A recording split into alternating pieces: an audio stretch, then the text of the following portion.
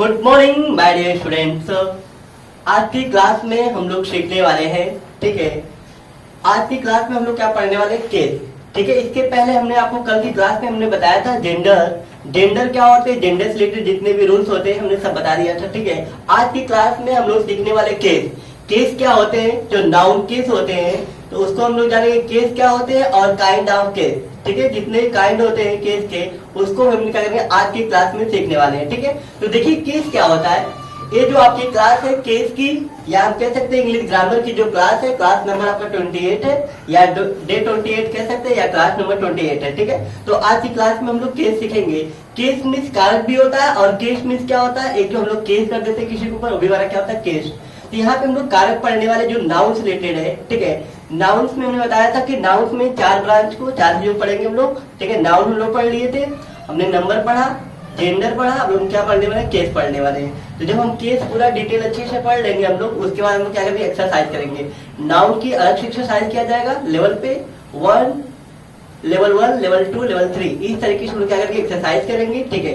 चाहे वो नाउन हो, केस हो, नंबर हो, जेंडर हो, ठीक है, सब चीज क्या करेंगे, अच्छे से एक्सरसाइज करेंगे, ताकि कोई भी क्वेश्चन जो हमारे कंपटीशन के एग्जाम पूछे जाते हैं, ठीक है, वो अच्छे से आप सॉल्व कर सके, ठीक है। तो हम लोग देखते हैं हम लोग केस।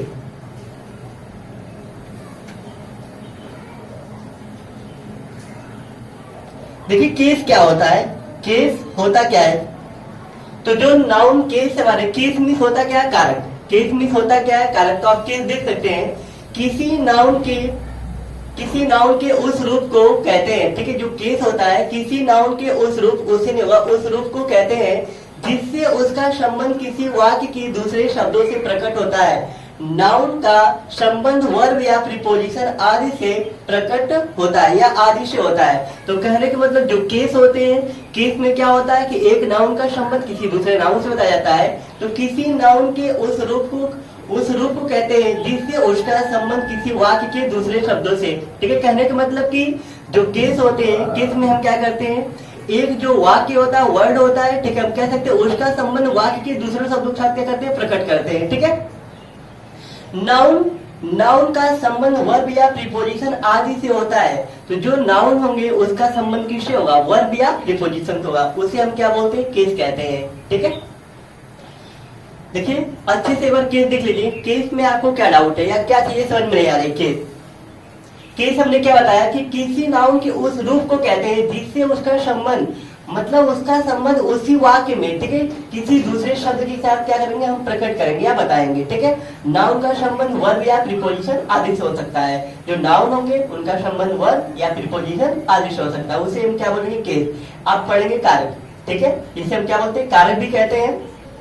जैसे आप हिंदी में पढ़े हुए कारक ने कर्ता कारक, कर्म कारक, करण, इस तरीके होते हैं ना, उस तरीके से हम लोग इंग्लिश में भी हमारे क्या होते हैं, केस होते हैं, कारक होते हैं। लेकिन इसमें हम लोग चार पढ़ेंगे, काइंड्स ऑफ केस। देखिए यहाँ पे ध्यान से, काइंड्स ऑफ केस।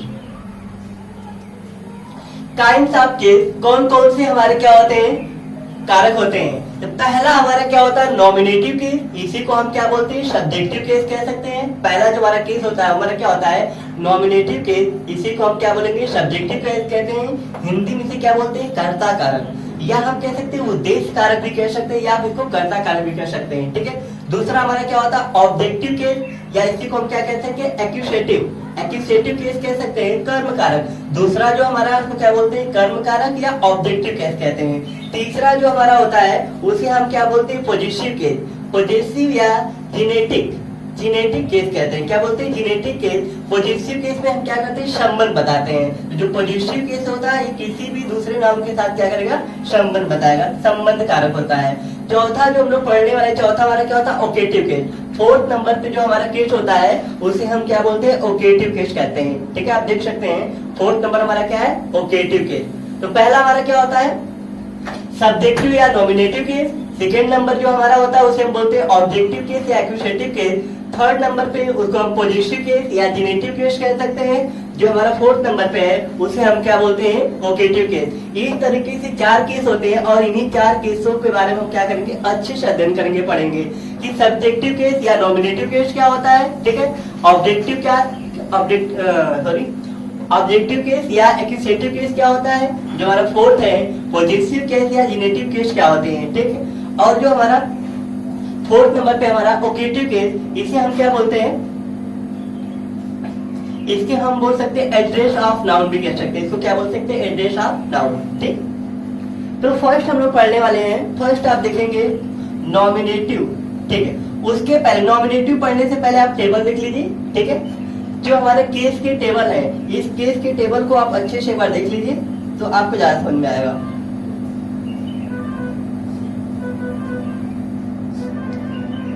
देखिए ध्यान से यहाँ पे,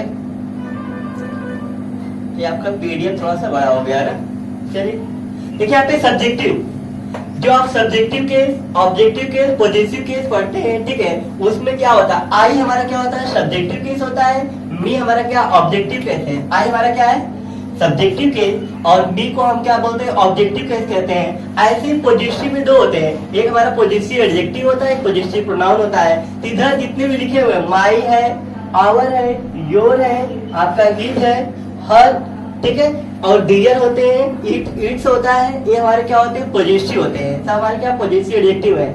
लेकिन माइन, आवर्स, योर्स, हिज भी होता है हमारा, हिज भी आप लिख लीजिए यहाँ पे, हिज, ठीक है, हर्स लिख सकते हैं, डियर्स लिख सकते हैं, ये हमारे क्या होते हैं, पॉजिटिव प्रोनाउन होते हैं। ठीक है, तो आई का जो ऑब्जेक्टिव केस होता है क्या होता है, मी। ऐसे बी का ऑब्जेक्टिव केस क्या हो जाएगा, अस हो जाएगा। यू का क्या हो जाएगा, यू, ठीक है, यू सब्जेक्ट भी होता है, ये हमारा क्या होता है, ऑब्जेक्ट भी होता है। ऐसे ही का ऑब्जेक्टिव केस क्या हो जाएगा, हिम। ऐसे सी का क्या हो जाएगा, हर हो जाएगा। और नीचे देख सकते हैं दे का क्या हो जाएगा, देम। आप नीचे देख लीजिए, दे का देम होता है, ठीक है, दे का देम होता है। और उसका जो पॉजिटिव होता है, जो पॉजिटिव एडजेक्टिव होगा उसको हम क्या बोलेंगे, दियर। दियर हमारा पॉजिटिव एडजेक्टिव है, लेकिन दियर से क्या होता है, हमारा पॉजिटिव प्रोनाउन होता है। और जो उधर लिखा आपको सेल्फ जोड़ के हमारे क्या है, रिफ्लेक्सिव बनते हैं, सबके सब हमारे क्या रिफ्लेक्टिव है। आज ईट का भी देख लीजिए,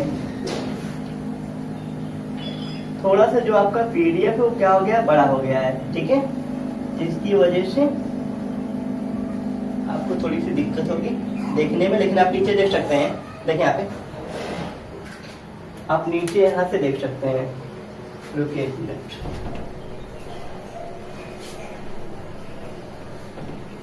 अभी आप इस चार्ट को अच्छे से समझ लेंगे, ठीक है, अच्छे से समझ लेंगे तो आपको ज्यादा दिक्कत नहीं होगी। ठीक है, ये चार्ट आपको आना चाहिए। देखिए यहाँ पे इट का ऑब्जेक्टिव केस क्या होगा, इट होता है, उसका जो पॉजिटिव एडजेक्टिव होता है इट्स होता है, लेकिन पॉजिटिव प्रोनाउन नहीं होता है। कुछ किताबों में पॉजिटिव प्रोनाउन भी इट्स दे दिया है, ठीक है। और देखिए यहाँ पे जो रिफ्लेक्सिव होता है इट सेल्फ होता है, क्या होता है, इट सेल्फ हमारा क्या होता है, रिफ्लेक्सिव, ठीक है, हमारे क्या होते हैं, रिफ्लेक्सिव होते हैं। तो अब यहाँ पे आप देख सकते हैं, ठीक है, कोई पूछे कि माई सेल्फ, याद रखिएगा कि रिफ्लेक्सिव जो हमारे होते हैं प्रोनाउन होते हैं, ठीक है। तो रिफ्लेक्सिव जो हमारे प्रोनाउन है वो क्या हमारा, माई सेल्फ है, क्या हमारा है, माई सेल्फ है। तो माई में आपको जो हमारे पॉजिटिव एडजेक्टिव होते हैं, देखिए जो पॉजिटिव आपको समझ में नहीं आ रहा होगा, ये जो पॉजिटिव होते हैं दो होते हैं। यहाँ से आप देख लीजिए कि हमारे पॉजिटिव क्या होते हैं, दो होते हैं। एक हमारा पॉजिटिव एडजेक्टिव होता है और दूसरा हमारा क्या होता है, पॉजिटिव प्रोनाउन। कहने का मतलब है कि पॉजिटिव एडजेक्टिव के बाद हम नाउन का यूज करते हैं। जो भी हमारे पॉजिटिव एडजेक्टिव होंगे उनके बाद नाउन का यूज करते हैं, लेकिन पॉजिटिव प्रोनाउन के बाद आप नाउन का यूज नहीं करते हैं, ठीक है, उसको पॉजिटिव प्रोनाउन कहते हैं। तो कौन कौन से हमारे पॉजिटिव एडजेक्टिव होते हैं, तो माई है, आवर है, योर है, हिज है, हर है, और हमारा क्या होता है, डियर होता है और इट्स होता है। ये हमारे क्या होते हैं, पॉजिटिव एडजेक्टिव होते हैं। और इनके बाद नाउन का प्रयोग करेंगे, कहीं देखेंगे तो माई फ्रेंड, ठीक है, आवर कंट्री, ऐसे योर शर्ट। तो कहने मतलब जितने भी पॉजिटिव एडजेक्टिव होंगे उनके बाद आपका नाउन का प्रयोग किया जाएगा, लेकिन वहीं पे पॉजिटिव प्रोनाउन के बाद हम नाउन का यूज नहीं करते हैं, ठीक है। पॉजिटिव प्रोनाउन हमारे क्या होते हैं, माइन है, आवर है, योर्स है, हिज। अगर लास्ट में किसी सेंटेंस के लास्ट में अगर आपको हिज दिख रहा है तो हमारा क्या होता है, पॉजिटिव प्रोनाउन होगा। जैसे हमने कह दिया दिस इज हिज शर्ट, अगर दिस इज हिज शर्ट कर रहे हैं, हिज के बाद नाउन आ गया तो क्या होगा हमारा, पॉजिटिव एडजेक्टिव। लेकिन अगर ऐसे बोल दिया this shirt is his, this shirt is his लिखेंगे तो लास्ट में अगर हिज दिख रहा है उसके बाद नाउन नहीं है तो हिज को हम क्या बोलेंगे, पॉजिटिव प्रोनाउन कहेंगे, ठीक है, क्योंकि पॉजिटिव प्रोनाउन के बाद नाउन का प्रयोग नहीं करेंगे। हर देखेंगे, हर और हर्ष, तो हर हमारा क्या होता है पॉजिटिव एडजेक्टिव और हर से क्या हो जाएगा पॉजिटिव प्रोनाउन हो जाएगा। ऐसे नीचे आप देखेंगे तो क्या होता है दियर और दियर्स होता है, ठीक है। आप दे का देख सकते हैं, तो जो दे होगा, दे का हमारा क्या होगा, दे का ऑब्जेक्ट हमने आपको बताया कि देम होता है, लेकिन जो पॉजिटिव एडजेक्टिव होता है दियर होता है और पॉजिटिव प्रोनाउन क्या जाएगा दियर्स, क्योंकि जो पॉजिटिव प्रोनाउन होते हैं उनके बाद नाउन का यूज नहीं करते हैं। देखेंगे यहाँ पे दियर हमारा क्या है, इनके बाद नाउन का प्रयोग करेंगे, ठीक है। तो इस तरीके से आपने देख लिया। तो ईट का भी देख सकते हैं, ऑब्जेक्टिव केस ईट होगा, लेकिन जो पॉजिटिव प्रोनाउन हमारा पॉजिटिव एडजेक्टिव है इट्स, लेकिन पॉजिटिव प्रोनाउन नहीं होता है। हालांकि कुछ किताबों में दिया गया है, लेकिन कुछ किताबों में दिया गया है, ठीक है। तो जो इट्स है उसके बाद अगर नाउन नहीं आता है तो आप समझ जाना को आप पॉजिटिव प्रोनाउन के रूप में है। अगर इट्स के बाद नाउन दिया गया है तो वहां पे आप समझ जाइएगा वहां पे क्या है पॉजिटिव एडजेक्टिव के रूप में है, ठीक है। अब इसका देखते हैं रिफ्लेक्सिव क्या होता है। अब यहाँ पे रिफ्लेक्सिव देख लीजिए कि ये जितने भी हमारे क्या है सब्जेक्ट है इनका रिफ्लेक्सिव क्या होता है। तो देखिए यहाँ पे रिफ्लेक्सिव प्रोनाउन हमारे क्या है माई सेल्फ, तो जितने भी हमारे क्या है एडजेक्टिव है, ठीक है, केवल आपको दे वाले में छोड़ के बाकी सब में आप देखेंगे जितने भी हमारे पॉजिटिव एडजेक्टिव हैं उन्हीं में सेल्फ या सेल्फ जोड़ के हम क्या बनाते हैं रिफ्लेक्सिव बनाते हैं। जैसे माई में देखिए सेल्फ जोड़ के हमने क्या बन गया माई सेल्फ। ऐसे ही आवर में आप क्या करेंगे आवर में सेल्फ, क्योंकि आवर हमारा प्लूरल होता है इसीलिए सेल्फ जोड़ के हम सिंगुलर बनाते हैं, लेकिन सेल्फ से जोड़ के हम क्या बनाते हैं प्लूरल बनाते हैं। तो आवर हमारा क्या प्लूरल है तो आवर सेल्फ हो जाएगा। इसी तरीके से आपका यू है, यू में देखेंगे तो योर सेल्फ भी होता है, योर सेल्फ भी होता है, ठीक है। यू हमारा क्या होता है सिंगुलर में भी यूज करते हैं, प्लूरल में भी यूज करते हैं। तो यू में अगर आप सेल्फ जोड़ेंगे क्या बन जाएगा योर सेल्फ, मतलब किसमें जोड़ना है आपको पॉजिटिव एडजेक्टिव में। तो योर में जोड़ेंगे तो योर सेल्फ और योर सेल्फ भी होता है, ठीक है, याद रखिएगा। अब देखिए हिम में हम सेल्फ जोड़ेंगे तो हिम सेल्फ हो जाएगा। इसी तरीके से हर में जोड़ेंगे तो हर सेल्फ हो जाएगा, ठीक है। और अब दे में दे के ऑब्जेक्ट जो देम होता है, देम में आप जोड़ेंगे तो क्या जाएगा, दे हमारा प्लूरल है तो दे में आप जब जोड़ेंगे सेल्फ तो क्या जाएगा हमारा देम सेल्फ, क्या जाएगा हमारा देम सेल्फ, क्योंकि दे हमारा क्या है प्लूरल है इसीलिए लास्ट में हम क्या जोड़ेंगे सेल्फ जोड़ेंगे। तो देम सेल्फ जोड़ के हमने क्या बना लिया रिफ्लेक्सिव बना लिया, रिफ्लेक्सिव प्रोनाउन हो गए हमारे, ठीक है। और यहाँ पे इट में भी आप सेल्फ जोड़िए, इट सेल्फ क्या हो जाएगा हमारा इट सेल्फ। तो ये हमारा एक चार्ट है, इस चार्ट को आप क्या करेंगे अच्छे से लर्न कर लेंगे, ठीक है। अब हम लोग पढ़ने वाले पहला जो हमारा नाउन है, ठीक है। लेकिन नाउन को पढ़ने से पहले आप थोड़ा सा नोट देख लीजिए या इससे रिलेटेड जो चीजें हैं उसको आप समझ लीजिए। मैंने आपको बता भी दिया लेकिन एक बार आप समझ लीजिए इसको अच्छे से।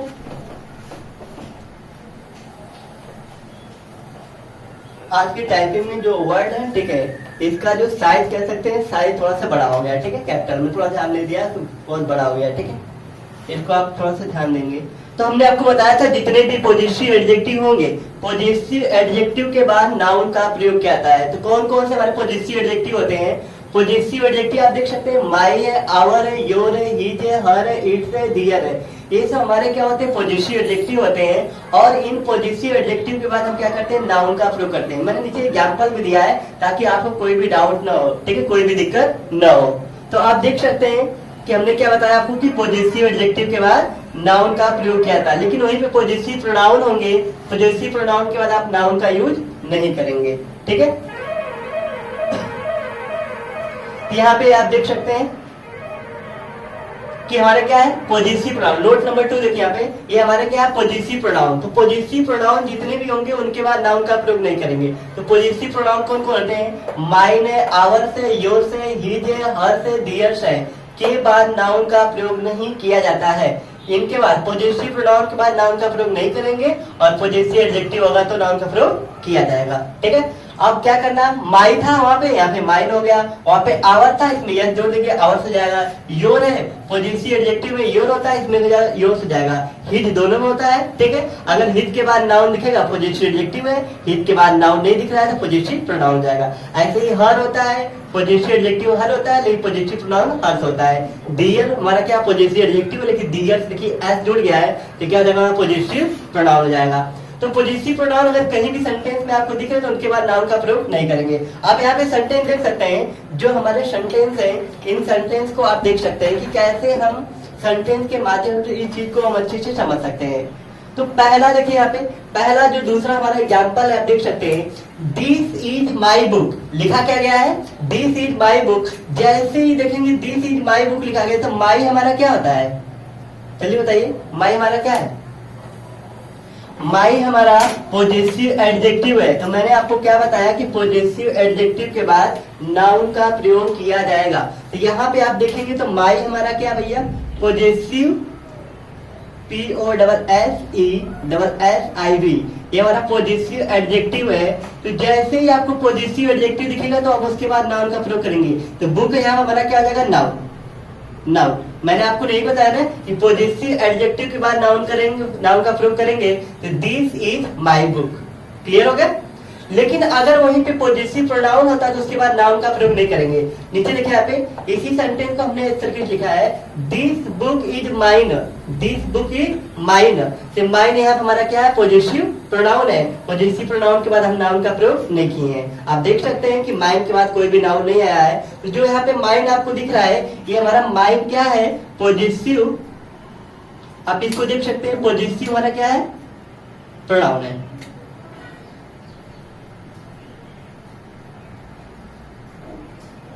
ये हमारा पॉजिटिव प्रोनाउन है, ठीक है। और पॉजिटिव प्रोनाउन के बाद नाउन का प्रयोग नहीं करते तो नाउन हमारा नहीं आया हुआ है, ठीक है। अब आपके दिमाग में हुआ, देखिए इसकी मीनिंग क्या हो जाएगी, दिस इज माई बुक, यह मेरी किताब है। अगर इसकी आप मीनिंग निकालेंगे तो क्या हो जाएगा, यह मेरी किताब है। कहीं न कहीं आप पूरा तो श्योर नहीं है, 100% श्योर नहीं है, लेकिन कहीं न कहीं आप 65% कह सकते हैं या 70% आपको लग रहा है कि ये आपकी बुक है, ठीक है। कभी कभी क्या होता है कि जो हमारी किताब होती है, हमारी किताब जैसी कोई दूसरी किताब होती है, ठीक है, तो आपको लगता है कि बुक तो मेरी ही है, ठीक है। लेकिन अगर आप पूरी तरीके से कंफर्म नहीं, श्योर नहीं है, तो आप क्या करेंगे, उस कंडीशन में माई का यूज करते हैं, ठीक है, माई का यूज करते हैं। लेकिन आपको बिल्कुल कंफर्म हो कि नहीं ये तो किताब मेरी है ही, तो वहां पे माई, माइन में जब हम पॉजिटिव प्रोनाउन यूज करते हैं तो उसमें क्या होता है, confirm, this book is mine, यह किताब मेरी है। इसमें क्या है, यह किताब मेरी है, आप जोर दे के कहेंगे और इसमें क्या होगा, 100% आप कंफर्म होंगे। नीचे वाले सेंटेंस में आप 100% कंफर्म है, लेकिन ऊपर वाले में आप 100% कंफर्म नहीं है। दोनों की मीनिंग देख लीजिए तब आपको ज्यादा समझ में आएगा। इसकी मीनिंग क्या आ जाएगी, दिस इज माई बुक, यह मेरी किताब है, यह मेरी किताब है, ठीक है, यह मेरी किताब है। लेकिन नीचे वाला सेंटेंस देखेंगे तो इसमें क्या है, दिस बुक इज माइन, यह किताब मेरी है, यह किताब मेरी है, यह किताब मेरी है। अब दोनों देखिए डिफरेंस क्या है, दोनों में क्या आपको डिफरेंस लग रहा है, यह मेरी किताब है, तो जो आप ऊपर लिखे हैं यह मेरी किताब है, इसमें आप 100% कंफर्म नहीं है, ठीक है, इसमें आप 100% कंफर्म नहीं है, ठीक है। लेकिन आप लिख देता हूं, नहीं है, नहीं है कहने का मतलब कि आपको लग तो रहा है, लग रहा है, लेकिन कहीं न कहीं जो परसेंटेज आपका है 65% कह सकते हैं या 70%, आपको लग रहा है कि वो आपकी किताब है, लेकिन आपकी किताब वो है नहीं। जब बिल्कुल आपको 100% कंफर्म हो कि मेरा ही है, तो वहां पे हम क्या करेंगे, माइन का यूज करेंगे। तो यहाँ देखिए, दिस बुक इज माइन, यह किताब मेरी है, तो यहाँ पे आपको बिल्कुल 100% कंफर्म है, भाई कुछ भी हो जाए मेरा तो मेरा है, ठीक है। तो यहाँ पे 100% आप क्या है, कंफर्म है, कंफर्म है, ठीक है, यहाँ पे 100% कंफर्म है, ठीक है, समझ में आई बात, ठीक है। जिस भी बच्चे को अगर ये बात नहीं, ये जो लाइनें हमने बता रहा हूँ, ठीक है, पॉजिटिव प्रोनाउन और पॉजिटिव एडजेक्टिव से अगर नहीं समझ में आ रही तो आप पूछ सकते हैं, ठीक है। कोई भी डाउट, देखिए डाउट आपके अंदर नहीं होना चाहिए, ठीक है, मैं आपको इसीलिए पढ़ा रहा हूँ, ठीक है, ताकि आपके अंदर कोई डाउट ना हो। मेरे पढ़ाने के बाद भी अगर आपके अंदर डाउट हो, अगर आप नहीं पूछते हैं तो आपकी गलती है, ठीक है, लेकिन आप पूछ लिया करिए। जो भी बच्चों को कोई भी लाइन अगर आपको नहीं समझ में आती है, मैं आपको छोटी से छोटी चीजें और एक लाइन की चीजें बता रहा हूँ, ठीक है। तो this is my book, positive pronoun positive adjective में क्या डिफरेंस है हमने आपको बता दिया, ठीक है। आपको उम्मीद करता हूँ सभी बच्चों को समझ में आ गया होगा, ठीक है। तो दिस इज माई बुक, जिनको नहीं समझ में आएगा वो पूछ सकते हैं, ठीक है, आप कमेंट करके भी आप पूछ सकते हैं। तो दिस इज माई बुक, यह मेरी किताब है, तो जब आप पॉजिटिव एडजेक्टिव का यूज करेंगे तो उसमें 100% कंफर्म नहीं रहेगा, लेकिन पॉजिटिव प्रोनाउन का प्रयोग करेंगे उसमें 100% क्या रहेगा, कंफर्म रहेगा। इसकी मीनिंग भी ये आप बोल के देखिए, यह मेरी किताब है, यह मेरी किताब है, लेकिन कह रहा है यह किताब मेरी है, यह किताब मेरी, भाई कुछ भी हो जाए किताब मेरी है तो मेरी है, ठीक है। उसको 100% कंफर्म होगा मेरी है, ठीक है, पूरा का पूरा श्योर है, ठीक है। तो जब पूरा 100% श्योर है तो आप माइन यूज करेंगे, ई सर्किट लिखेंगे, दिस बुक इज माइन। कहीं ना कहीं वो क्या कर रहा है, किताब पे जोर पे, किताब पे कह रहा है यह किताब मेरी है, कहीं ना कहीं उस जो भी उसकी वस्तु है, जो भी चीजें हैं उस पर जोर दे कहेगा, इसमें पूरा जोर के साथ कहेगा। जिससे मान लीजिए कोई भी चीज आपकी रहेगी, अगर आपको 100% कंफर्म है कि ये हमारी चीज है, तो आप क्या करेंगे, उसको जोर दे के कहेंगे सामने वाले से, ठीक है। आप सामने वाले से क्या करेंगे, जोर दे के कहेंगे, क्योंकि आपको बिल्कुल कंफर्म हो गया कि मेरी है, मेरा ही लिया है, तो आप उसको क्या करेंगे, उसको जोर देख कहेंगे, अपनी बात को कहेंगे भी तो उसको जोर देंगे। लेकिन आपको बस लगेगा कि पता नहीं लग रहा है कि आपकी है, लेकिन है नहीं, कंफर्म नहीं होंगे, तो आप क्या कर सकते हैं, माई यूज कर सकते हैं, दिस इज माई बुक। समझ में आ गया? चलिए अब हम लोग आगे बढ़ते हैं, या और भी एग्जाम्पल देखना, और भी एग्जाम्पल आप देख सकते हैं, देखिए यहाँ पे, ठीक है। हमने क्या लिखा भाई, हमने लिखा है that is your book, your car, book नहीं है, क्या है, कार लिखा हमने, ठीक है। अब देख लीजिए यहाँ पे,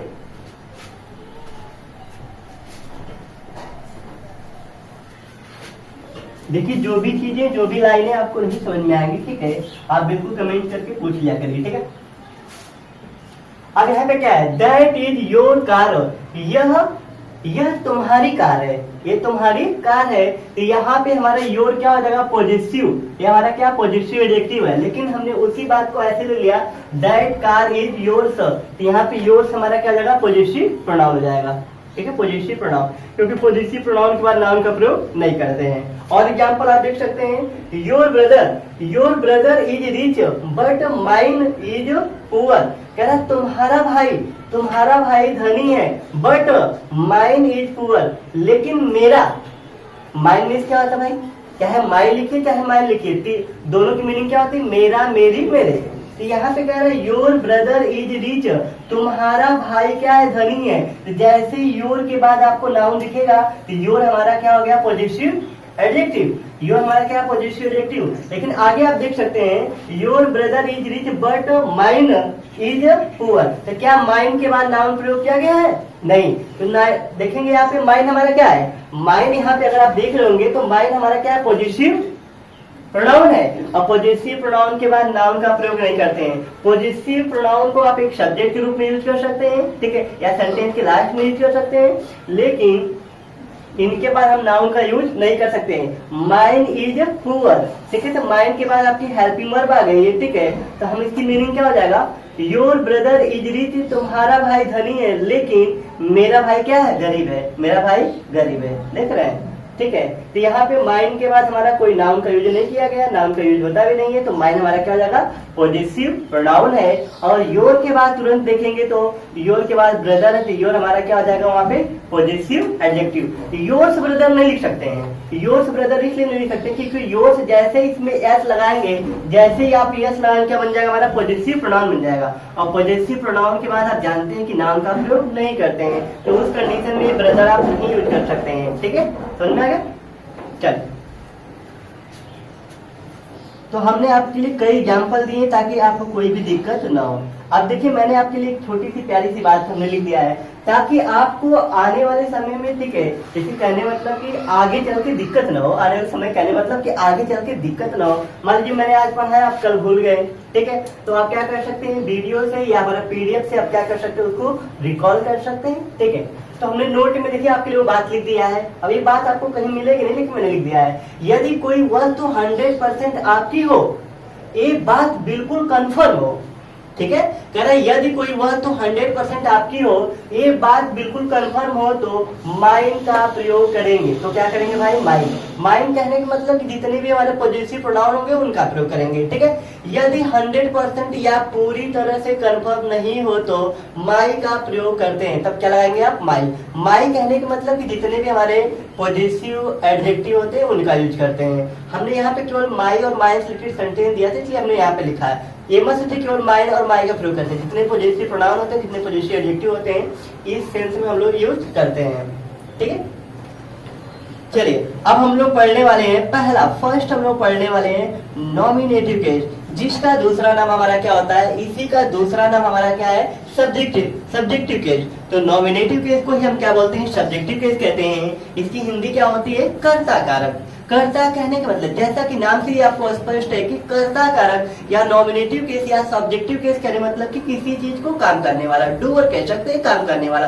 तो किसी भी कार्य को जो करता है उसी को हम नॉमिनेटिव केस कहते हैं या सब्जेक्टिव केस कहते हैं। तो आप देख सकते हैं इंग्लिश में भी हमने हिंदी दोनों बता दिया था कि किसी को कोई दिक्कत ना हो। When a noun is used as a subject of the work in a sentence it is called nominative और सब्जेक्टिव केस। कहने का मतलब कि जब एक नाउन का हम प्रयोग क्या करते हैं, सब्जेक्ट के रूप में, कोई कार्य करने के रूप में हम यूज करते हैं, ठीक है। जो सब्जेक्ट होता है किसी कार्य को करता है, ठीक है, इट इज कॉल्ड, उसे हम क्या बोलते हैं, नॉमिनेटिव या सब्जेक्टिव केस कहते हैं, ठीक है। आप हिंदी में भी इसकी डिफिनेशन देख सकते हैं। जब संज्ञा का प्रयोग वाक्य में कर्ता की तरह होता है, अर्थात संज्ञा जब क्रिया के साथ कर्ता का कार्य करता है तो उसे हम क्या बोलते हैं भैया, उसे हम क्या कहेंगे, उसे कर्ता कारक कहते हैं, ठीक है, उसे हम कर्ता कारक कहेंगे।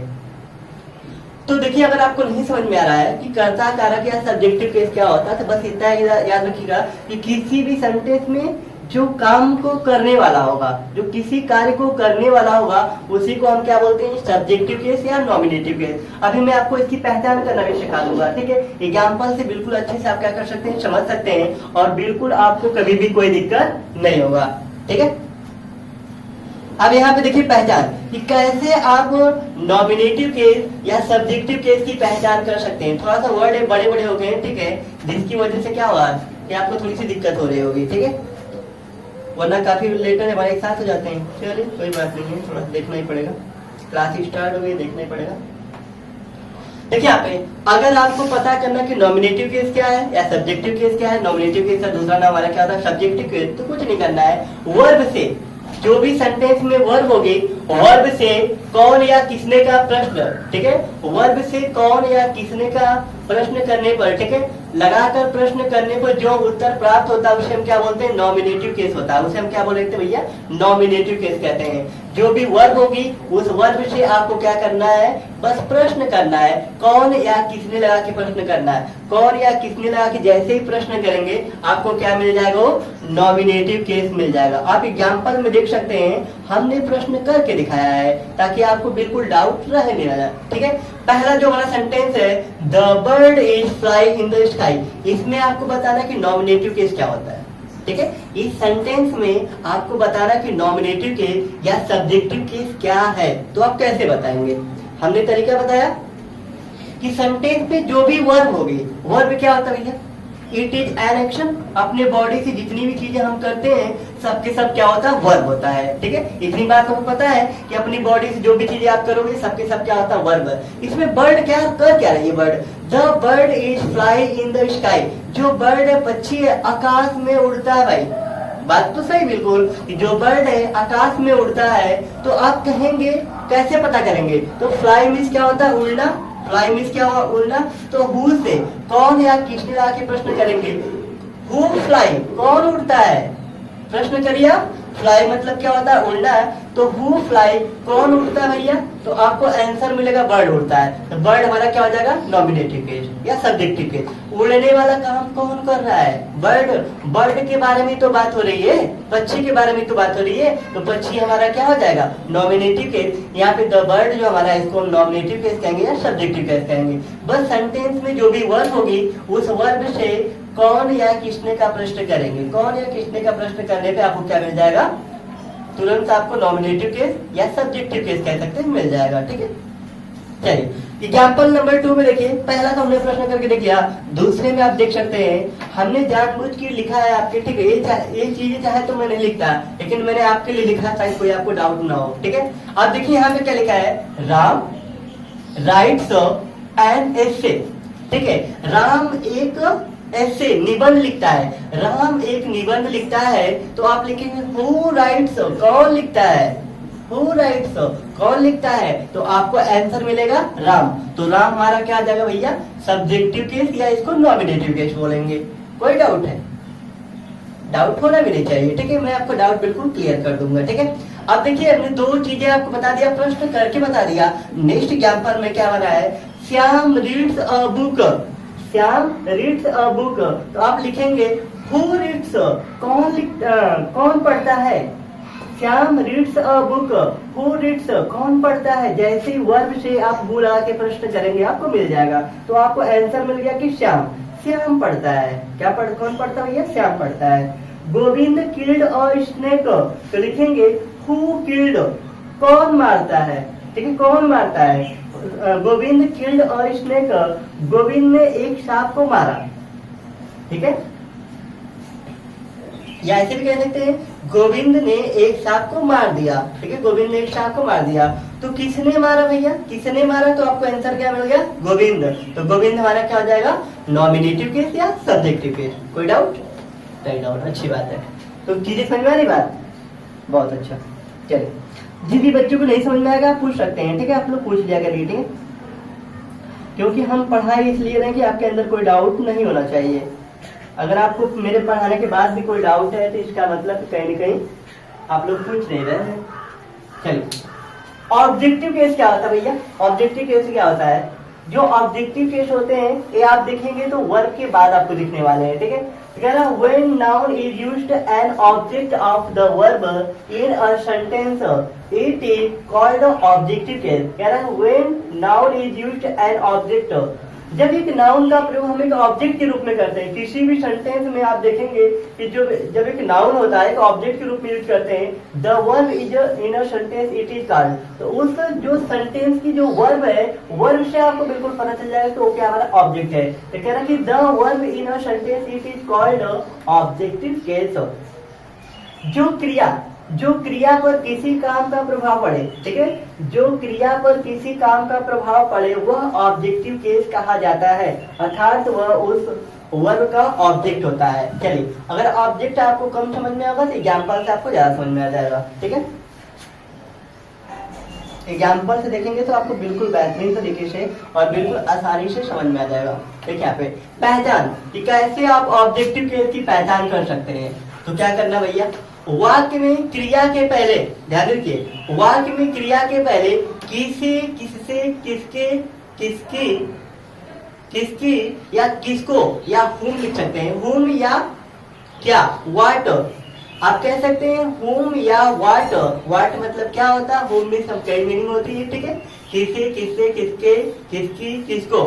whom या क्या लिख सकते हैं, क्या, व्हाट लगाकर प्रश्न पूछने पर जो उत्तर प्राप्त होता है, आपको कुछ नहीं करना है, वर्ब, जो भी वर्ब होगी वर्ब से आपको क्या करना है, अगर वर्ब से हु लगा के प्रश्न करेंगे सब्जेक्ट मिलेगा, लेकिन वर्ब के पहले आप अगर whom या what लगा के प्रश्न करेंगे तो क्या मिल जाएगा, आपको ऑब्जेक्टिव केस मिल जाएगा। ठीक है, लगाकर प्रश्न पूछने पर जो उत्तर प्राप्त होता है वह ऑब्जेक्ट या ऑब्जेक्टिव केस में होता है। वह क्या होगा भैया, ऑब्जेक्ट या ऑब्जेक्टिव केस में होता है। अब यहाँ पे एग्जाम्पल देखेंगे तो आपको बिल्कुल समझ में आएगा। देखिए एग्जाम्पल देखिए आपको ध्यान से, कह रहा आई राइट अ लेटर, मैं एक पत्र लिखता हूँ, मैं एक पत्र लिखता हूँ। तो आप देखेंगे व्हाट राइट, हमने कहा कि वर्ब जो होगी वर्ब से क्या, क्या या किसको का प्रश्न करे भैया, किसको। ठीक है, व्हाट या whom लगा के, जैसे ही आप व्हाट या whom लगा के प्रश्न करेंगे तो आपको मिल जाएगा, आंसर मिल जाएगा। तो वर्ब हमारे क्या, राइट हमारे क्या वर्ब है, तो व्हाट्स राइट, क्या लिखता है, क्या लिखता है भैया, तो आपको मिलेगा ना आंसर, एक लेटर, एक पत्र। तो अ लेटर हमारा क्या हो जाएगा, अ लेटर हमारा क्या हो जाएगा, ऑब्जेक्ट हो जाएगा, या इसी को हम क्या बोलेंगे, ऑब्जेक्टिव केस। अ लेटर हमारा क्या हो जाएगा, ऑब्जेक्टिव केस हो जाएगा। लेकिन अगर यहीं पे अगर हम हु लगा के प्रश्न करते तो कौन लिखता है, मैं, तो मैं क्या हो जाएगा, सब्जेक्टिव केस। ठीक है, अगर वर्ब से पहले हु लगा के प्रश्न करेंगे तो आपको सब्जेक्ट मिल जाएगा या सब्जेक्टिव या नॉमिनेटिव केस। लेकिन इसी वर्ब से पहले व्हाट या whom लगा के प्रश्न किसको लिखता है, नहीं समझ में आ रहा है, क्या लिखता है, तो मैं एक पत्र लिखता है। ठीक है, तो क्या लगा के प्रश्न करेंगे, क्या है, किसको। ठीक है, अब एक चीज और भी है कि अगर क्या लगा के प्रश्न करेंगे तो जितनी भी हमारे नॉन लिविंग थिंग्स होती है या जितने डायरेक्ट ऑब्जेक्ट होते हैं वो मिलेंगे, डायरेक्ट ऑब्जेक्ट। अगर आप क्या लगा के किसी भी वर्ब से क्या लगा के प्रश्न करेंगे, किसी भी वर्ब के पहले क्या लगा के प्रश्न करेंगे तो आपको क्या मिलने वाला है, तो उस कंडीशन में आपको क्या मिलने वाला है, डायरेक्ट ऑब्जेक्ट। ठीक है, वो क्या मिलेंगे, ऑब्जेक्ट मिलेगा लेकिन डायरेक्ट ऑब्जेक्ट, जितनी भी नॉन लिविंग। और लेटर हमारा क्या, नॉन लिविंग थिंग्स है। ठीक है, अभी मैं आपको नीचे समझा दूंगा। ठीक है, लेकिन अगर किसी भी वर्ब से पहले अगर आप हुम ला के प्रश्न करेंगे, हुम लगा के, तो आपको क्या मिलने वाला, वो इनडायरेक्ट ऑब्जेक्ट मिलेगा। इनडायरेक्ट मतलब सजीव, वो क्या होंगे, सजीव। अभी मैं आपको नीचे दिखा देता हूँ एग्जाम्पल। ठीक है, अब यहाँ पे देखिए कि हमने राइट, यहाँ पे लिखा व्हाट राइट, क्या लिखता है, अ लेटर। तो अ लेटर वाला क्या, नॉन लिविंग थिंग्स है, या हम इसको कह सकते हैं डायरेक्ट ऑब्जेक्ट है, लेकिन इनडायरेक्ट में देखेंगे सजीव होगा। कैसे मिल रहा देखेंगे, बता रहा हूँ आपको।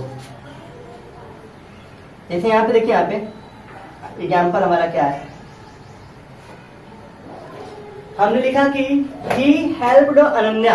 ठीक है, ही हेल्प्ड अनन्या, तो इसमें हमने लिखी whom helped। ठीक है, किसकी मदद की, किसकी मदद की भाई। तो अनन्या यहाँ पे क्या है, अनन्या हमारा क्या है, लिविंग है। लिविंग, किसी हम मतलब गर्ल्स की बात कर रहे हैं, किसी गर्ल्स की बात कर रहे हैं, तो whom से प्रश्न करेंगे। जब आप whom लगा के प्रश्न करेंगे, जो सजीव होगा वो मिलेगा। अगर आप what लगा के प्रश्न करेंगे तो जो नॉन लिविंग, और लेटर हमारा क्या था, नॉन लिविंग था, तो what आपने लगा के प्रश्न किया। तो आप ऐसे समझ सकते हैं कि जो भी हमारी वर्ब होगी, ठीक है, वर्ब से पहले, वर्ब से पहले अगर आप what लगा के प्रश्न करते हैं, what, वर्ब से पहले what और whom। ठीक है, अगर वर्ब से what ला के प्रश्न करते हैं, तो जो मिलने वाला होगा, क्या मिलेगा हमारा, डायरेक्ट ऑब्जेक्ट। क्या मिलेगा हमारा, डायरेक्ट ऑब्जेक्ट। डायरेक्ट ऑब्जेक्ट कहने का मतलब कि नॉन लिविंग, क्या मिलेगा भैया, नॉन लिविंग थिंग्स। जितनी भी हमारी नॉन लिविंग थिंग्स होती है, निर्जीव होती हैं, वो आपको मिलने वाली नॉन लिविंग थिंग्स। लेकिन इसी वर्ब से आपको whom लगा के प्रश्न करने पे, whom, तो क्या मिलेगा हमारा, direct, indirect object. Indirect object कहने का मतलब लिविंग। कौन मिलेगा भैया, लिविंग मिलेगा। जो भी लिविंग चीजें होती हैं, सजीव जो होती है, वो मिलेंगी। ठीक है, इनडायरेक्ट ऑब्जेक्ट, यहाँ पे ऑब्जेक्ट लिखिए, फिर हम लिखते हैं इनडायरेक्ट ऑब्जेक्ट। इनडायरेक्ट ऑब्जेक्ट कहने का मतलब क्या, लिविंग। जितनी भी लिविंग थिंग्स होंगी आपको वो मिलेंगी। ठीक है, लिविंग थिंग्स जो सजीव होती हैं। समझना क्या, कोई डाउट नहीं है। चल, किसी बच्चे कोई डाउट होगा पूछ लेंगे। ठीक है, अगर वर्ब से पहले आप व्हाट ला के प्रश्न करने वाले हैं, तो व्हाट ला के प्रश्न करेंगे तो आपको नॉन लिविंग थिंग जितने होंगे वो मिलेंगी, या डायरेक्ट ऑब्जेक्ट मिलेगा। ठीक है, लेकिन वर्ब से पहले whom ला के प्रश्न करेंगे तो क्या मिलेगा हमारा, इनडायरेक्ट ऑब्जेक्ट मिलेगा, लिविंग चीजें मिलेंगी। ठीक है, जो सजीव होते हैं। लेकिन एक बात और भी याद रखिएगा, किसी भी सेंटेंस में अगर एक ही ऑब्जेक्ट होता है तो उसे हम क्या बोलते हैं, डायरेक्ट ऑब्जेक्ट ही कहते हैं, भले वो इनडायरेक्ट हो, लेकिन हम उसको डायरेक्ट ही ऑब्जेक्ट कहते हैं। जैसे हमने कह दिया he called me, he called me, उसने मुझे बुलाया। तो यहाँ पे मी देख रहे हैं, इनडायरेक्ट ऑब्जेक्ट है, लेकिन इसको बोलेंगे क्या, डायरेक्ट ऑब्जेक्ट ही कहेंगे। तो किसी भी सेंटेंस में अगर एक ही ऑब्जेक्ट होगा तो उसको हम डायरेक्ट ऑब्जेक्ट ही कहते हैं। लेकिन अगर दो ऑब्जेक्ट आएगा तो आप बता सकते हैं, जो हमारा नॉन लिविंग होगा उसको आप डायरेक्ट ऑब्जेक्ट, जो हमारा लिविंग होगा उसको हम इनडायरेक्ट ऑब्जेक्ट कहेंगे। जब दो ऑब्जेक्ट आएगा तब, अगर एक ही होगा तो उसको आपको डायरेक्ट ही बोलना पड़ेगा। तो यहाँ पे मी देखने में तो इनडायरेक्ट है, लेकिन इसको क्या बोलेंगे, डायरेक्ट ऑब्जेक्ट ही कहेंगे, डायरेक्ट ऑब्जेक्ट। ठीक है, अब पिछली क्लास में हमने आपको बताया, आप देख सकते हैं। ठीक है, जो बेसिक क्लासें होंगी, ठीक है, जो ऑब्जेक्ट की क्लास होगी वहां पे आप इसको देखिए, कंफर्म कर सकते हैं वहां से। ठीक, तो यहाँ पे देखिए हम बोलेंगे whom helped, किसकी मदद की, तो आपको आंसर मिलेगा अनन्या। तो अनन्या हमारा क्या भैया, यहाँ पे अनन्या को आप देखेंगे तो हमारा क्या, लिविंग है, या हम इसको बोल सकते हैं इनडायरेक्ट ऑब्जेक्ट है। लेकिन एक ही ऑब्जेक्ट की सेंटेंस है, इसलिए उसको क्या बोलेंगे, डायरेक्ट ऑब्जेक्ट। एक ही रहेगा तो उसको डायरेक्ट ही बोलेंगे। अगर दो होता है तो हम बिल्कुल कंफर्म आपको बता सकते थे। ठीक है,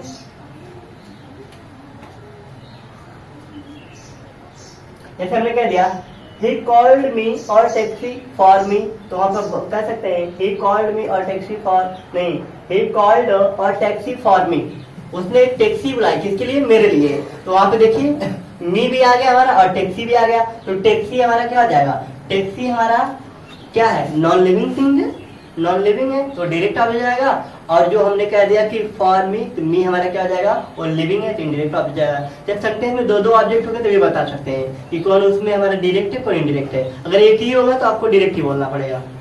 ठीक, नीचे देखिए यहाँ पे यू टीच प्रियंका, ठीक है, यू टीच प्रियंका। तो आप यहाँ पे देख सकते हैं यू टीच प्रियंका इसमें लिखा है, तो होम टीच किसको पढ़ाते हो, ठीक है, यू टीच प्रियंका किस, ऐसे लिख सकते हैं तुम किसको पढ़ाते हो, तो हमने यू तो लिखा नहीं, होम टीच किसको पढ़ाते हो, तो आंसर क्या मिलने वाला आपको, प्रियंका को। प्रियंका को क्या करते हैं, पढ़ाते हैं। तो प्रियंका यहाँ पे क्या भैया, ऑब्जेक्ट है, यहाँ पे हमारा क्या ऑब्जेक्ट, या इसको ऑब्जेक्टिव केस भी आप कह सकते हैं, ठीक है।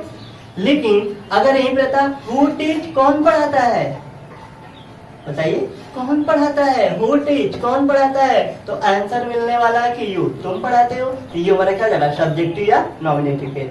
अगर हम किसी भी वर्ब से भूल आके प्रश्न करेंगे तो क्या मिलने वाला हमको, सब्जेक्टिव या नॉमिनेटिव केस। लेकिन अगर उसी वर्ब के पहले हम व्हाट या होम ला के प्रश्न करने वाले हैं तो क्या मिलेगा हमको, ऑब्जेक्टिव केस। क्लियर हो गया, सब्जेक्टिव और ऑब्जेक्टिव क्लियर। चलो नोट देखिए, यहाँ पे मैंने आपके लिए थोड़ा सा नोट बनाया है, अच्छे अच्छे नोट्स हैं, ठीक है। इन नोट को आप देखेंगे, ये नोट आपके वाले नोट नहीं है, ठीक है, ये इंपॉर्टेंट नोट है, ये आपकी स्टडी रिलेटेड नोट है, ठीक है, ये कोई करेंसी वाली नोट नहीं है।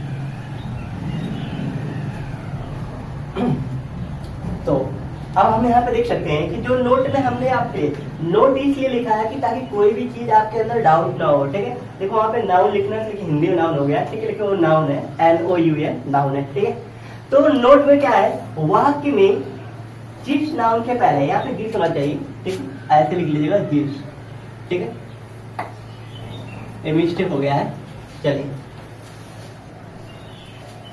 तो वाक्य में जिस नाउन के पहले प्रीपोजिशन आता है वह नाउन ऑब्जेक्टिव केस में होता है। मेरे की बात ध्यान से क्या बोला जा रहा है, कह रहा वाक्य में जिस नाउन के पहले प्रीपोजिशन आता है, अगर किसी भी नाउन से पहले तुमको प्रीपोजिशन दिख रहा है तो जो नाउन होगा, जिस नाउन के पहले प्रीपोजिशन आ रहा है वो नाउन हमारा क्या हो जाएगा भैया, ऑब्जेक्टिव केस हो जाएगा। या आप समझ सकते हैं कि किसी भी सेंटेंस में वर्ब के बाद आपको ऑब्जेक्टिव केस दिख सकता है, या जो प्रीपोजिशन होगा उसके बाद दिखेगा। इस सेंटेंस में कहा गया है keep the book on the table, keep the book on the table, ठीक है। क्या रखना है भैया, किताब को कहाँ रखना है, टेबल पर रखने की बात हो रही है।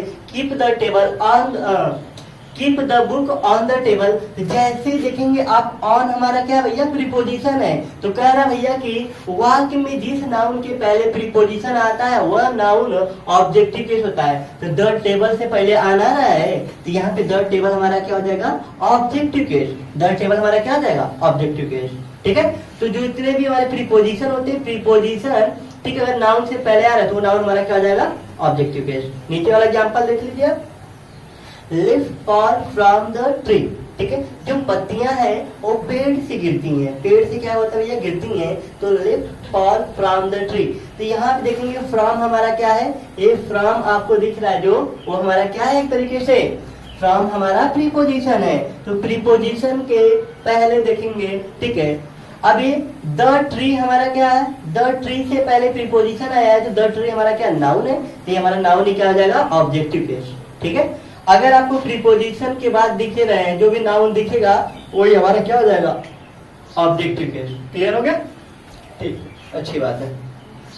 बाकी हमने पहचान करना भी सिखाया है कि किस तरीके से आप उसकी पहचान कर सकते हैं। अगर आपको कंफ्यूजन होगा तो कुछ नहीं करना है, एक प्यारा सा वर्ड उठाना है आपको, व्हाट और हुम।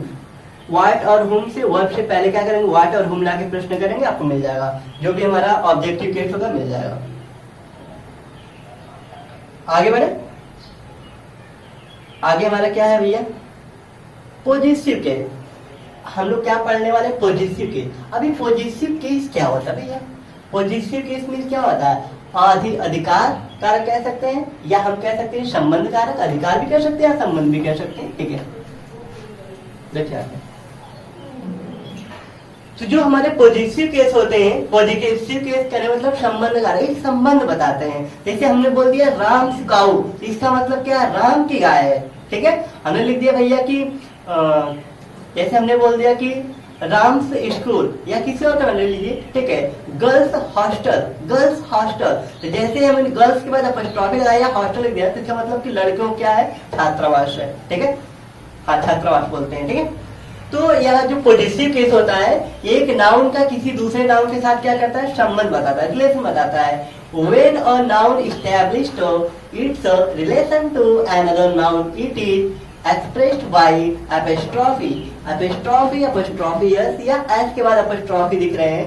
अगर कहीं भी आपको apostrophe दिखे, ठीक है, apostrophe दिखे या apostrophe s या s के बाद apostrophe दिख रहा है, यहाँ पे आप देख सकते हैं कि s के बाद आपको s के बाद apostrophe दिखे तो भी हमारा क्या होता है, पॉजिटिव केस में होते हैं। जैसे मैं आपको एक एग्जांपल दे रहा हूँ, देखिए जो अपॉस्ट्रोफी एस होते हैं ना, इसकी मीनिंग क्या होती है, का की के, इसकी मीनिंग होती है का की के। यहाँ पे एग्जांपल देखेंगे तो बिल्कुल अच्छी समझ में जाएगा।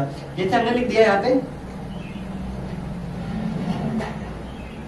हमने लिखा राम, हमने लिखा राम, जैसे इसमें आप अपॉस्ट्रोफी एस लगा देंगे, हमने लिखा राम्स काऊ, राम्स काऊ। इस अपॉस्ट्रोफी का मतलब ही होता है, क्या होता है भैया, का की के, का की के। तो इसका अब यहाँ पे राम हमारा क्या है, एक नाउन है, राम एक नाउन है, और गाय भी हमारा क्या है, एक नाउन है, ये हमारा पहला नाउन हो गया, और गाय हमारा क्या है, दूसरा नाउन है, नाउन नंबर 2। तो हमने बताया क्या कि जो पॉजिटिव केस में क्या होता है कि एक नाउन का किसी दूसरे नाउन के साथ क्या करते हैं, संबंध बताते हैं, रिलेशन बताते हैं। तो यहाँ पे लिखा राम से काओ, मतलब कि राम की गाय। ये जो गाय है ना, इस गाय का संबंध किससे है, राम से, ये राम की गाय है, इसीलिए यहाँ पे अपॉस्ट्रोफी एस यूज किया गया है। इससे अगर हम इसी सेंटेंस को ऐसे लिखते हैं, राम काऊ, राम काऊ, तो आप समझते हैं राम गाय, समझ में नहीं आता आपको, क्योंकि यहाँ पे कुछ ऐसा नहीं लगा कि इसी साथ रिलेशन पता चले कि एक गाय जो है राम की ही है, कुछ ऐसा लिखा हुआ नहीं है, ठीक है, इसीलिए सेंटेंस तो गलत हो जाएगा। इसको आप करेक्ट लिखेंगे तो राम काऊ, या आप लिख सकते हैं cow of Ram, cow of Ram लिख सकते हैं।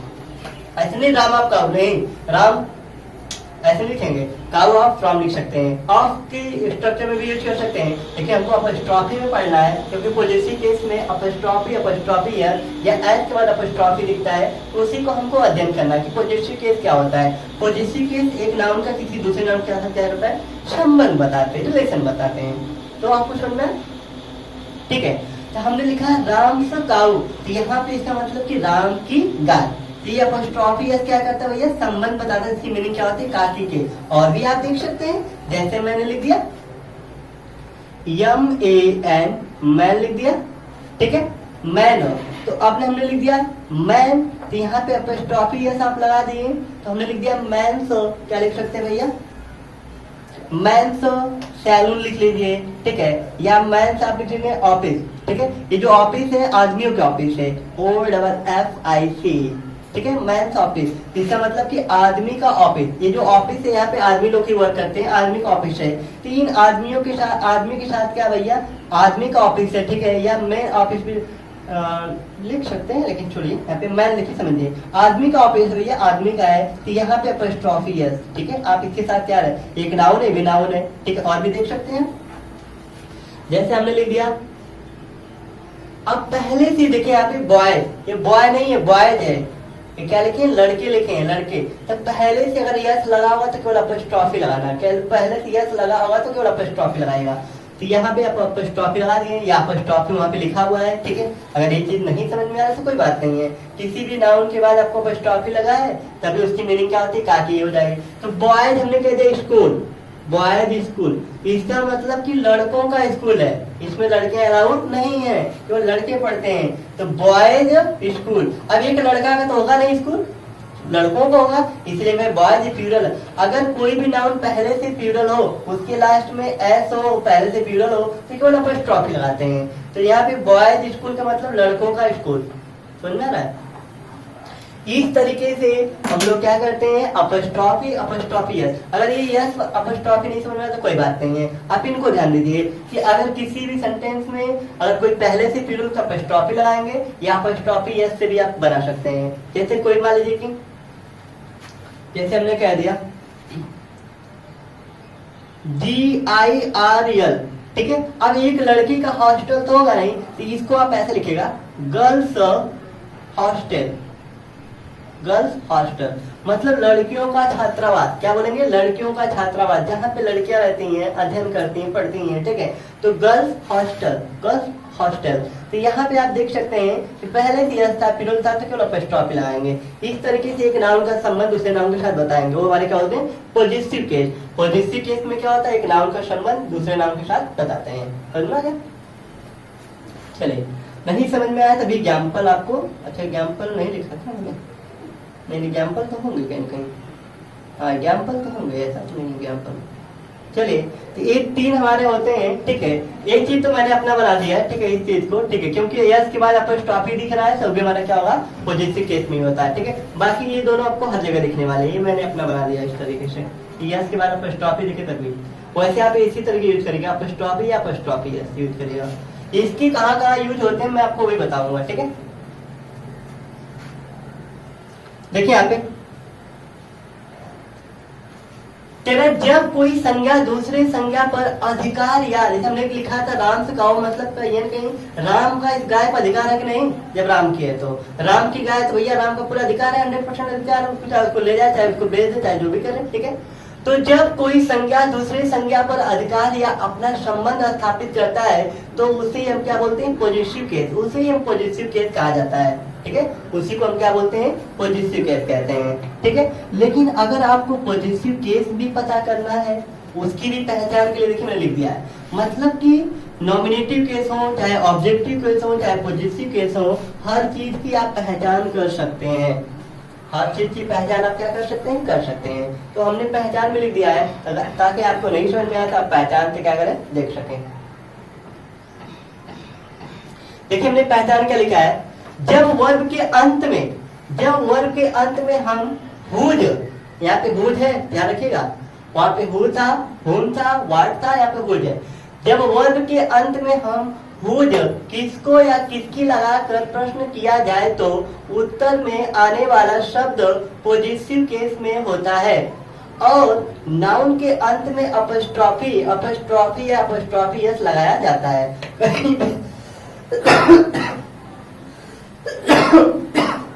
सॉरी, ध्यान दीजिए इधर। तो नाउन के अंत में अगर आपको अपॉस्ट्रोफी या अपॉस्ट्रोफी यस लगाया जाता है तो आप तुरंत आप समझ सकेंगे तो हमारा क्या होगा? पॉजिटिव केस की बात हो रही है। इससे भी आप समझ सकते हैं, जान सकते हैं।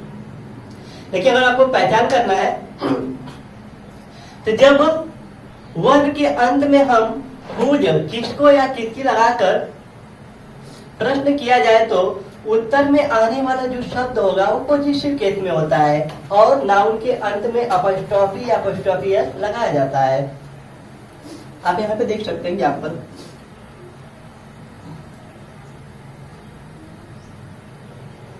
क्या लिखा हमने एग्जाम्पल में? Ram's book, Ram's book. अब आपको क्या करना भैया कि जो भी लास्ट वाला नाउन होगा उसी के साथ आपको हुज लगा के प्रश्न करना है। हुज बुक इज, इज किसकी कलम है? किसकी कलम है? आपको क्या मिला आंसर? राम्स, राम की। तो राम्स बुक क्या भैया? अच्छा कलम नहीं है, बुक है। चलिए तो यहाँ पे किताब होना चाहिए, ठीक है, मैंने गलती से कलम लिख दिया है। यहाँ पे किताब समझिए, किसकी किताब है? कुछ ना कुछ मिस्टेक हो जा रहा है। चलिए ध्यान दीजिए, यहाँ पे कोई बात नहीं है, आप उसको समझ सकते हैं। हुज बुक इज, ठीक है, हुज बुक इज किसकी किताब है? किसकी किताब है? जैसे ही आप लास्ट वाले नाउन से क्या करेंगे? प्रश्न करेंगे तो आपको बिल्कुल आंसर मिल जाएगा। तो आपको आंसर क्या मिला? राम्स, क्योंकि राम की किताब है ना, राम्स बुक। अपॉस्ट्रोफी यस का मतलब काटी के, तो आपको आंसर क्या मिला? क्या मिला आंसर? राम्स, राम की किताब है, ठीक है। तो आप क्या करेंगे? बुक से पहले आप प्रश्न कर सकते हैं, हुज लगा के प्रश्न कर सकते हैं। और भी आप एग्जाम्पल लिख लीजिए, क्या लिखा हुआ है? ये चीजें आप जिस तरीके से मैंने ये चीजें बनाया है इस तरीके से आपको किताब उताब में नहीं मिलने वाली है, ठीक है। आप सोचे कि सर इस तरीके से कोई समझा के ये चीज, मैंने आपको एग्जाम्पल भी लिखा है और उस एग्जाम्पल को हमने क्या किया है कि लिख के समझा भी दिया है ताकि कोई बच्चा अपने से पीडीएफ पढ़े तब भी उसको अपने से समझ में आ जाए, ठीक है। अगर वो थोड़ा बहुत पढ़ा लिखा है लड़का है, ठीक है, वो जान रहा है, नॉलेज उसके पास है, ठीक है, तो वो अपने से भी समझ जाएगा। गर्ल्स हॉस्टल, गर्ल्स हॉस्टल हमने लिखा है कि हुज हॉस्टल इज, ठीक है, हुज हॉस्टल इज, किसका छात्रावास है, किसका छात्रावास है, तो आंसर आपको मिलेगा गर्ल्स, लड़कियों का। क्या मिलेगा भैया, किसका छात्रावास है, तो आंसर क्या मिलेगा, लड़कियों का। हुज हॉस्टल इज, तो गर्ल्स लिखेंगे। नीचे आप देख सकते हैं, नीचे की एग्जाम्पल को देखिए ध्यान से। इट इज श्याम्स पेन, क्या लिखा भैया, इट इज श्याम्स पेन, तो लास्ट का नाउन हमारा क्या है, पेन है। पेन के पहले आप हुज पेन इज, किसकी कलम है, किसकी कलम है, तो आंसर आपको क्या मिलने वाला, श्याम्स, श्याम की कलम है। किसकी कलम भैया, श्याम की कलम है। तो श्याम हमारा यहाँ पे क्या हो जाएगा, हमारा पॉजिटिव केस, ये हमारा क्या हो जाएगा, श्याम से पॉजिटिव केस, समझ आ रहा है। चलिए नीचे लिखा है, देखिए मैंने आपसे रिलेटेड एग्जाम्पल दे दी है, ठीक है। लिखा है Amit brother is my friend, हमने लिखा Amit brother is my friend, तो अब इसको प्रश्न करिए, तो लास्ट के नाउन हमारे देखे हैं, तो whose brother is my friend, किसका भाई मेरा दोस्त है, किसका भाई मेरा दोस्त है, तो आंसर क्या मिलेगा, अमित, अमित। तो अमित के बाद आपको स्टॉप कि अमित का भाई मेरा दोस्त है, अमित का भाई मेरा दोस्त है, तो किसका भाई मेरा दोस्त है भैया, तो आंसर क्या मिल गया आपको, अमित। तो यहाँ पे अमित, जहाँ पे अपॉस्ट्रोफी दिखेगा तुरंत आप समझ जाना कि वो हमारा क्या है, पॉजिटिव केस है, ठीक है। आप अपॉस्ट्रोफी और अपॉस्ट्रोफी यस ही पहचान कर सकते हैं, बाकी अगर आपको नहीं आ रहा उससे पहचान करने, ठीक है, तो मैंने आपके लिए तरीका बताया, पहचान बताया कि हुज से आप क्या करेंगे, नाउन जो लास्ट की नाउन, जो भी लास्ट के नाउन दिखेंगे आपको उससे क्या करना भैया, हुज लाके प्रश्न करना, तो आपको आंसर मिल जाएगा, समझ गया। तो हमको लगा पॉजिटिव केस समझ में आ गया होगा। चलिए ये लास्ट हमारा बचा हुआ है, ठीक है, ये हमारा क्या ओकेटिव केस है, जो हमारा लास्ट है। ओकेटिव केस को हम क्या बोलते हैं भैया, नॉमिनेटिव ऑफ एड्रेस, या एड्रेस आप नाउन भी कह सकते हैं, कोई दिक्कत नहीं, ठीक है। ओकेटिव केस और नॉमिनेटिव केस, इसी का दूसरा नाम क्या है भैया, ओकेटिव केस को हम कह सकते हैं नॉमिनेटिव ऑफ एड्रेस भी कह सकते हैं। एड्रेस मीन्स क्या होता है भैया, आप सभी लोग जानो कि एड्रेस मीन्स पता भी होता है, लेकिन एड्रेस का मतलब होता है संबोधित करना। अगर आप किसी को बुला रहे हो तो उसको बोलते हैं एड्रेस करना, एड्रेसिंग करना, ठीक है। तो एड्रेस, तो एड्रेस मीन्स पता भी होता है, एड्रेस मीन्स क्या होता है, संबोधित करना। तो जब भी आप किसी को संबोधित करेंगे, तो यहाँ पे पता की बात हो नहीं रही है, मैं आपको इसलिए बताया ताकि कोई डाउट ना हो। एड्रेस मीन्स पता भी होता है, एड्रेस मीन्स संबोधित करना। किसी को अगर आप बुला रहे हो तो भी हमारा उसी को हम ओकेटिव केस कहेंगे। जैसे हमने बोल दिया come here Amit, come here Amit, तो हम जिसको संबोधित कर रहे हैं, ठीक है, हम जिसको संबोधित करने वाले, जिसको संबोधित कर रहे हैं, वही हमारा क्या हो जाएगा, ओकेटिव केस हो जाएगा, ठीक है। बस हम कामा से अलग करेंगे इसको। यहाँ पे देखिए, यहाँ पे if a noun is used to name a person और थिंग्स, कह रहा है कि if a noun is used to name a, इसमें क्या होता है, यदि हम क्या करते हैं, नाउन में यूज करते हैं, ठीक है, नेम अ पर्सन, किसी व्यक्ति के नाम को, ठीक है, कोई व्यक्ति का नाम हो, थिंग्स, ठीक है, किसी वस्तु को, किसी व्यक्ति या किसी थिंग को हम एड्रेस कर रहे हैं, संबोधित कर रहे हैं, उसके नाम को, it is said to be in the vocative case, उसी को हम ओकेटिव केस कह सकते हैं। या हम क्या बोल सकते हैं उसको, नॉमिनेटिव ऑफ एड्रेस या कॉलिंग, कॉलिंग केस, इसी का एक और नाम भी हमारा का कॉलिंग केस, क्योंकि इसमें कॉल करके बुला के कोई काम होता है, ठीक है, बुलाया जाता है। आप हिंदी में भी देख सकते हैं, हिंदी में भी क्या लिखा हमने, जब किसी संज्ञा को देखिए, यहाँ पे कर्ता मिस्टेक हो गया, कर्ता ऐसे नहीं होगा, कर्ता ऐसे लिखते हैं भैया, यहाँ पे हमारा कर्ता है, कर्ता को हम लोग ऐसे लिखेंगे, कर्ता, ठीक है। एक कर्ता आप मत समझिए, कर्ता ऐसे नहीं होता, कर्ता ऐसे लिखते हैं।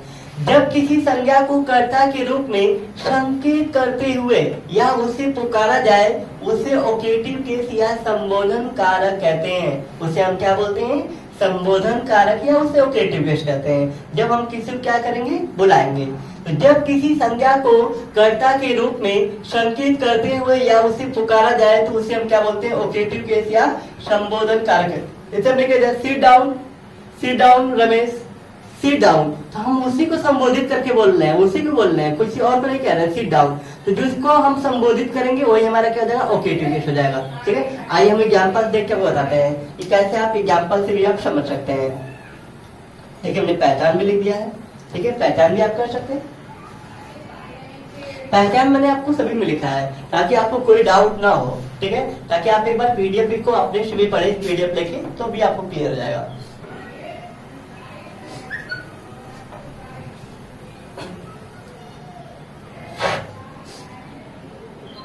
तो ध्यान दीजिए यहाँ पे पहचान क्या है, ए नाउन सदैव मुख्य वाक्य से कामा कामा या संबोधन के चिन्ह मार्क ऑफ एक्सक्लेमेशन द्वारा अलग रहते हैं। इनको आप देखिए लिख दिया हमने, ओसा सिट डाउन, हमने ओसा को संबोधित किया, ओसा को बुलाया, हमने क्या बोला, ओसा सिट डाउन, तो हम उसको क्या करेंगे, जिसको संबोधित करेंगे उसके बाद आप कॉमा लगा के लिख देंगे सिट डाउन, ओसा सिट डाउन, तो हम इसी को संबोधित कर रहे हैं, तो यही हमारा क्या हो जाएगा, ओकेटिव केस, इसी को ओकेटिव केस कहेंगे, ठीक है। या हम क्या बोलेंगे भैया, नॉमिनेटिव ऑफ एड्रेस या कॉलिंग केस कहते हैं। कॉलिंग मतलब पुकारना, बुलाना। नेक्स्ट आप देख सकते हैं स्टैंड अप मंदिर, हमने क्या लिखा है, स्टैंड अप मंदिर को, तो यहाँ पे आप देख सकते हैं मंदिर को हम क्या कर रहे हैं, संबोधित कर रहे हैं, बुला रहे हैं, तो वहां पे हमारा क्या हो जाएगा भैया, स्टैंड अप मंदिर, तो यहाँ पे देखेंगे मंदिर को हम क्या कर रहे हैं, संबोधित कर रहे हैं, तो कॉमा के बाद यूज किया गया है। यहाँ पे एक्सक्लेमेशन मार्क भी यूज कर सकते हैं, फुल स्टॉप भी लगा सकते हैं, कोई दिक्कत नहीं है, एक्सक्लेमेशन मार्क, क्योंकि हम अचानक सडन स्टैंड अप मंदिर, अचानक लोगों को बुलाया, ठीक है, स्टैंड अप कॉमा लगा हुआ है, समझ सकते हैं। Come here Jyoti, come here ज्योति, तो आप लगा सकते हैं फुल स्टॉप चाहे एक्सक्लेमेशन मार्क, कोई दिक्कत नहीं। कम हियर ज्योति, तो कम हियर, यहाँ ज्योति की बात कर रहे हैं, देखिए ज्योति, इसको हम संबोधित कर रहे हैं, तो कॉमा के बाद आपको मिल रहा है, ठीक है।